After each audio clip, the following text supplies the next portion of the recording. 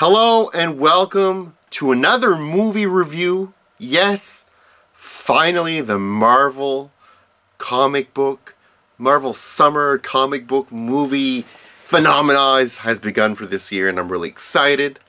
Yeah, so finally got my laptop back, so I can actually start making videos again. Oh, it's about time. So yeah. So two reviews that we're going to do. First review we're going to do right now is for The Amazing Spider-Man 2. So sit down, stick around, and as always, enjoy.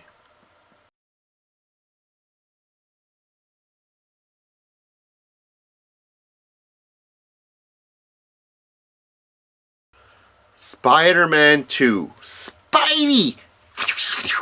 Finally out. Alright. Here's the lowdown on the movie right away, so I don't want to spoil this for anyone who hasn't seen the movie. So I'm going to give you just a kind of quick bang, this is what I think, and then you can go see the movie, and if you want to come back for the full review, you can. This movie was great. This is a great movie. Good, great. It's a good movie. It's a good movie. You know, I'm not gonna... it's a little better than just the other Spider-Man, the other Amazing Spider-Man, so already there, it's a positive. A little better than that one.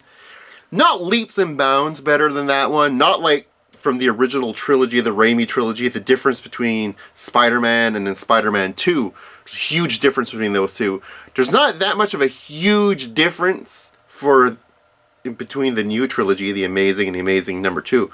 But it's a great movie. So that's what I'm going to say right now. Great movie. If you haven't seen it, you definitely should see it. And you should see it on the big screen. I didn't see it in 3D, so I don't know if you should see it in 3D, but whatever. Anyways. So that's the gist of it. So if you don't want any spoilers or anything else, you might want to shut off the video now.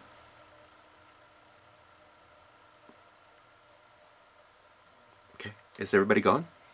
Are all the non-spoiler people gone? Woo! Alright. Now let's get to the heart of Amazing Spider-Man 2. As I said, the movie was good to great. Probably great. Definitely eye candy the whole way through. So, the movie looked good. I love the fact that Spider-Man finally has what looks to be his old costume back on, which is beautiful. Because I didn't really like the changes in the Spider-Man costume in the other Amazing Spider-Man, so I'm very happy to see they went with more of a nostalgic costume, which is very cool. Happy to see that. Just one quick, little negative, I guess, about the whole thing is while the movie was good, it was missing a little something. Like in the first one, I really enjoyed. Just enjoyed just the vibrance, if you will, of the performances, I should say, of Martin Sheen and especially Dennis Leary. So you miss these two things in the movie. It hurts it a bit. I mean, there's much more action in this movie. There's more going on, so you're kind of content about that, because in the original Amazing Spider-Man, we all know the origin already, you know, they tweaked it a bit, but you gotta go through those motions. Here you don't. You start off right away, bang, Spidey's like falling through the fucking sky, you know, alright, we're in for a thrill ride. But you do miss those little elements that, like, great actors bring, and so I just wanted to mention that. I kind of miss them, even though you kind of see them, you know, you'll see Martin Sheen at one point, and then you'll see... You'll actually see a lot of Dennis Leary, just like fucking creepy, like no facial expression poses around the whole movie, which basically foreshadows something huge. But anyways, that's like a little pet peeve. Not a pet peeve, a little gripe of mine, I guess. But the movie as a whole was great. The effects were wonderful. The whole thing... So, naturally we're following a Ultimate Spider-Man storyline. If that wasn't pretty clear in the other movie, it's definitely clear now, with most of the villain and villain technology and all that coming out of Oscorp. So, we're following that line for the Green Goblin to have died. Now, we all know he hasn't died. He don't die. clearly the only thing he wanted to do was say like, hey, I can't find a cure, so I'm going to get my little fuck son here, Harry, to work on it, because he's got the same problem that I do, so maybe he'll be able to find a way to get the cure. Which he does. Well, cure, yay, whatever you want to call it, fucking spider venom, slows the shit down, you know, makes him somewhat normal, doesn't kill him off anyways. So, Norman Osborn, clearly, he's not dead. And for those of you who don't believe that, there were actually leaked scenes that were never made to the movie. What should have been like closing scenes, end credit scenes, that actually show that he's not dead. He's sort of Walt Disney right now. But, so anyways, so that's all well and dandy. And I think that Harry did a good job. Something else that I didn't quite like about it, well, it's just these little things in there that I'm like, oh, what the fuck is that? So, Peter's father, so he's in cahoots with Osborn and all that work in there. And then after he's like, you know what, I don't want to do this shit anymore. You know, I'm out of here. I don't weaponize this garbage. I don't want to deal with this shit anymore. So, how about we do this? So, I'm going to upload a video of me telling my secret. You know what I mean? That I wasn't a terrorist and shit like that. And that also, I'm going to upload this and I'm going to tell people that the whole spider DNA thing is because they had, like, Parker DNA in it. So what I don't understand is, okay, so you upload this video. First of all, you uploaded a video which landed on your fucking work computer in a secret hidden substation. So you mean to tell me there's a secret hidden substation, you know, the Roosevelt station, that Oscorp didn't know about? They fucking built it! I don't understand! Like, he goes in there with little fucking quarters, like he's playing Pac-Man and shit, little tokens, and then just comes out of the ground, he sits down there, and boom, the video's just waiting on a computer screen. Like, what? What the fuck is that? Clearly, Richard Parker did not build this facility with all the Oscorp ships inside of it. So, yeah, I'm kind of like, what the fuck was that? And all of that to upload that video, which basically said nothing. It's just so fucking weird. I don't get it. Sorry, somebody out there is probably going to have a smart answer to this. Say, well, no, actually, he did that because he could circumvent YouTube and get the video to... No, it doesn't make sense. First of all, why would you film that video? It's horrible, like most of my videos. And why would you actually put that up? And why didn't, like, Oscorp find it in their own secret lab? It makes no sense. Alright, I digress. For the most part, the rest of the movie was great. I absolutely loved the way Electro looked and the way he attacked. That was beautiful. Okay, I wasn't a fan of Electro's personality because I'm like, what the fuck? Am I supposed to be afraid of this guy? He's a little Looney Tunes, maybe, but fuck, I mean, you need me? Tell me you need me again. Oh, tell me you need me. It's like, what the fuck? No, it's so wrong. I wasn't a fan of that. I absolutely loved Electro's voice. His voice, that like fucking like that bouncy type reverb voice, that was beautiful. Beautiful, that was awesome. His look again was great, especially when they got him out of Ravencroft and they had him in that fucking, that like rubberized suit with a little lightning bolt here and there, a little lightning. That actually looked really sharp. That's actually really cool. He looked amazing. Amazing. So I actually love that part. Love the look. Loved when the first time he's in Times Square and then they all throw these fucking gas bombs at him, gas grenades, and they're all around him. Then he's like, fuck! And just fucking pushes this shit away with one big charge. You're like, oh, fuck yeah! Yeah! This guy's gonna rock. And he did. He did rock. He did rock. Personality, though, I don't know if I would have went that way with this guy. He can be nuts, but he's almost like a pathetic nuts. I don't know. Anyways, just my opinion. But he did look great. So I have to give it to that. He does look great. And Jamie Foxx did a good job. What else? The Green Goblin. Woo, Harry Osborn. This is a missed opportunity here for something they could have done. So, knowing that we were not going to get a credit scene, or it changed and they decided not to, and they, you know, with the whole Mark Webb deal with Fox, and then they had to show the X-Men trailer, or the X-Men scene, I should say, in the credits. Maybe, see, there's, even though if you wouldn't include a bonus scene in the end, you could have done this either way. What I'm going to explain here, you could have done this either in the bonus scene, or, if you wanted to, you could have just not shown it in the trailer. Because what I love about watching other Marvel movies, especially Marvel movies from Marvel itself, is because I get a whole lot of Easter eggs in there, which is good for the nerd in me. It makes the nerd in me really happy. He's a happy nerd. The nerd's like, hey, like Fat Albert and shit. He's happy. He's happy. But the problem I get a lot with these Sony movies is because you're only dealing with a Spider-Man universe. The chance of shocking people is minimal, because there's not really much to shock with. And so this is what I would have done. That whole scene when you see the costumes, the other costumes, the special projects, why even show that in the trailer? Why bother? What did that add? Nothing at all. Clearly we know the villain's Electro. And we think one of the villains is Rhino, although we don't learn quickly. We learn in the end that Rhino really isn't really a main villain in this movie, but besides that, why not show that scene with the costumes and shit in anything? In trailer anywhere. Don't show it.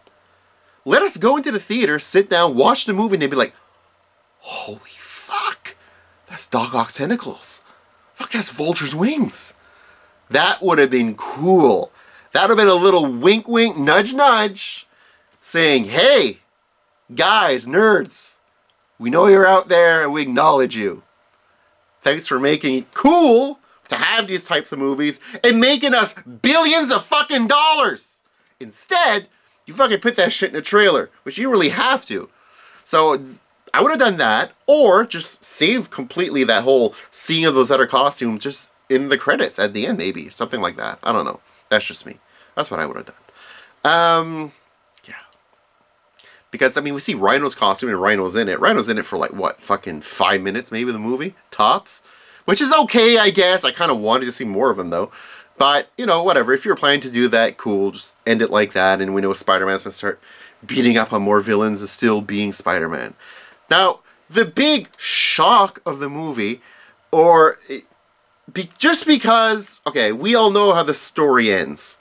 We know that in the end, when it's all said and done, Gwen's gotta go. Gwen has to die. We don't know when it's going to happen, but we know it is going to happen. It's inevitable as the tides. It's going to happen. Okay? That's the story. And that's not just the story in Amazing. That's the story in Ultimate Spider-Man. Gwen just doesn't live. That's just the way it goes, because Spider-Man's whole character is based on making the wrong decision, and then someone he loves gets hurt, mostly killed. That's Spider-Man's story. That's his bane, that's his curse, that's who he is. So that's what we get.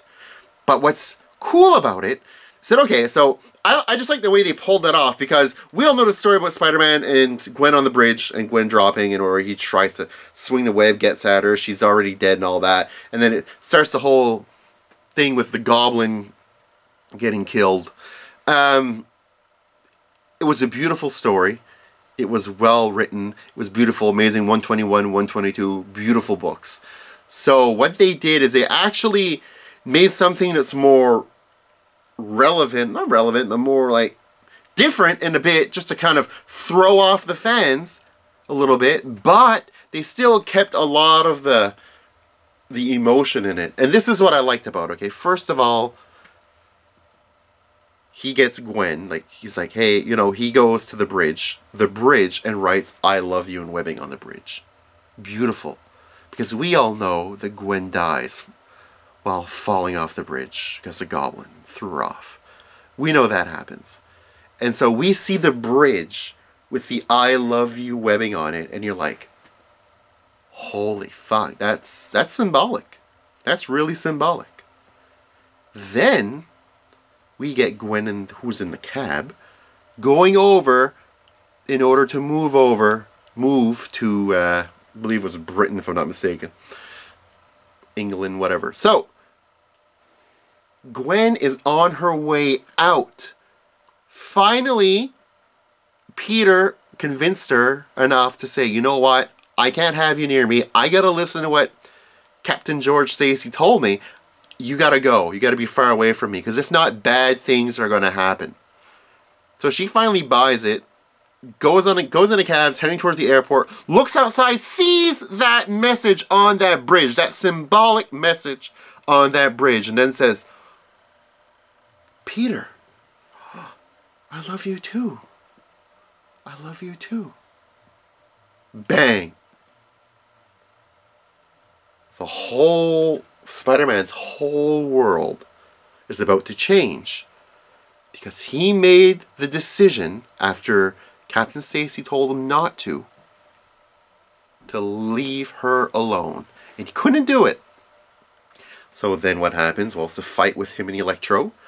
Gwen going over there, trying to help him, and him being like, okay, well, you can help me out with the power thing. Powers it all up, blah, blah, blah, blah, blah, all that. Electro gets defeated. Spider-Man's there. Gwen's there. They're walking towards each other. Here comes Harry. In between the two of them. Right away, Harry clicks in, looking at her, looking at him like, holy fuck.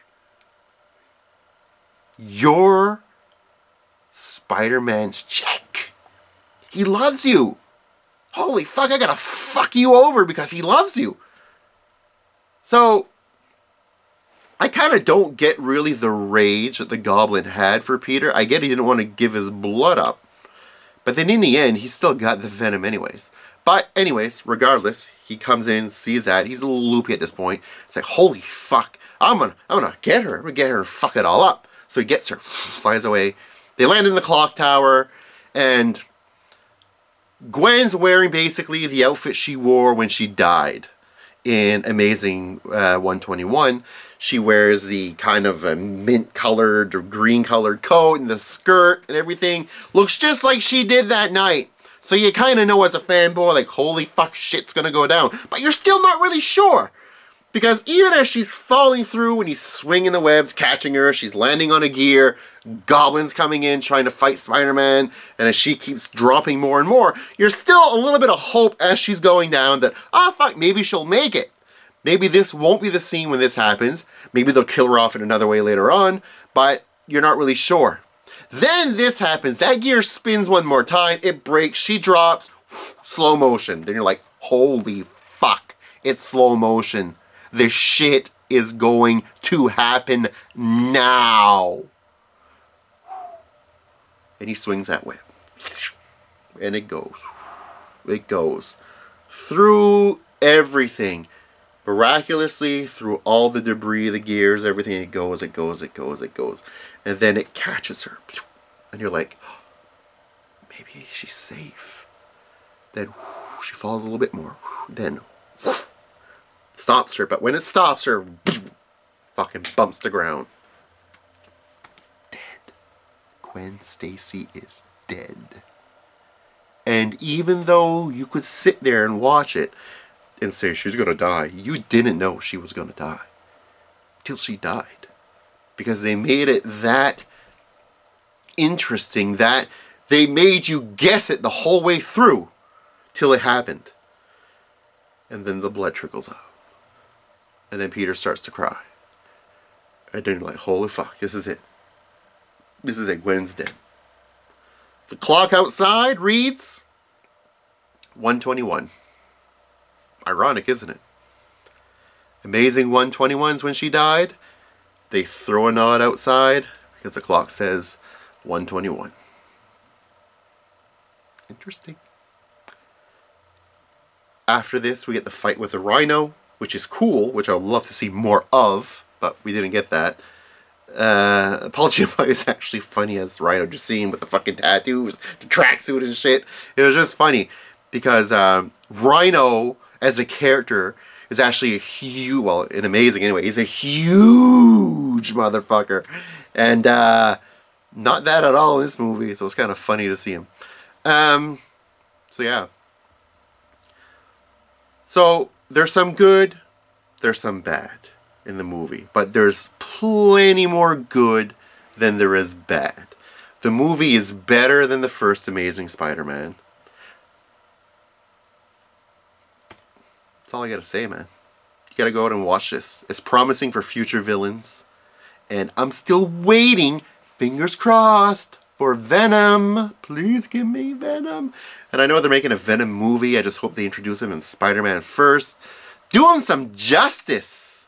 Do him some justice. So that's it for my Spider-Man review. Until next time, guys. Take care.